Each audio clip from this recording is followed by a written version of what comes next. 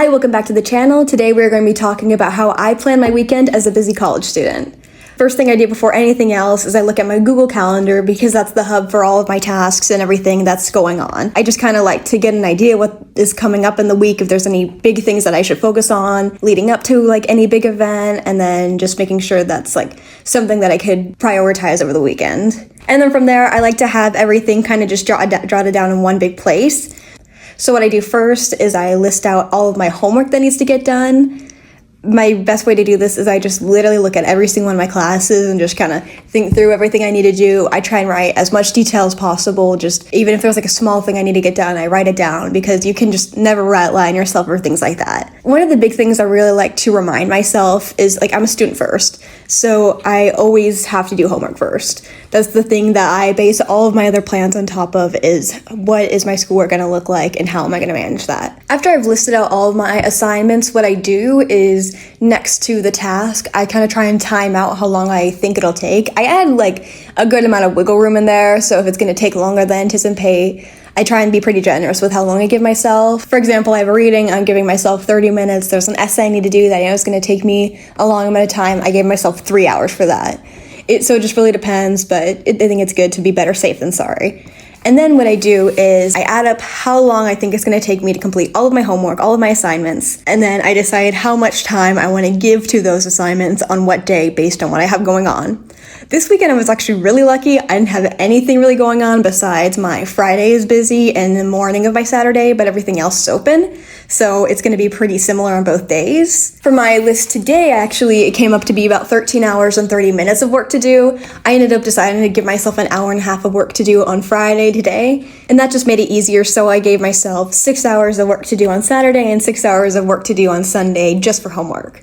So then that kind of gives me an idea based on how much free time I have for my other days, what else I can budget to do. That's my extra tasks. I got the most important thing out of the way. Now what can I do that's extra? So for me, that looked like I realized that I would definitely have enough time to make 2 YouTube videos over both days, so I added that to the list. You can kind of think of it like we're building a pyramid. At the very top of the pyramid, the most important thing, I guess if we're doing like a reverse pyramid, is going to be the schoolwork. And then secondly, we're building up our future, we're building up our goals, business, side hustle things. This is all that I'm focusing on here. So I wrote down that I wanted to do an hour and a half of Etsy work for one shop on Sunday and 30 minutes on Saturday. And then I also just had my Read to Donate website I'm working on. I gave myself 2 hours of work to do on that.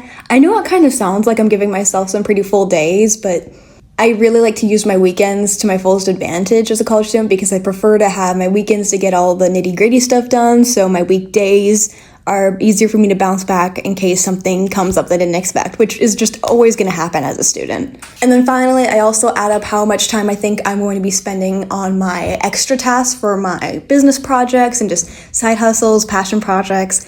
I add that up and then I see how much time I have left for rest and relaxation.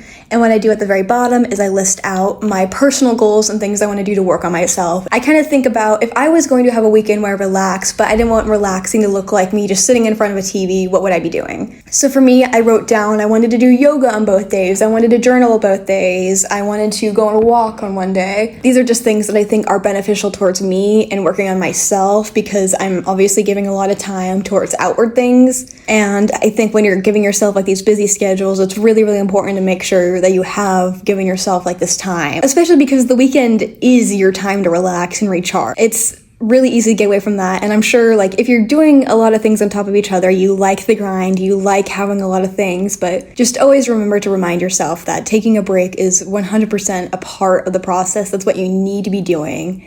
And it's how you're gonna have energy to follow through with any of your important tasks. And finally, since everything's on paper, I just go ahead and put everything on my online to-do list. It's really nice because it's separated by the days. So I was able to list out what was going to be happening on Saturday and Sunday instead of just kind of looking at my brainstorming piece of paper. I also keep that piece of paper just for something to look back on. And then I'm all good to go for the weekend. I have a good plan. I have set goals and intentions. So thank you so much for watching, and I will see you in the next one. Bye!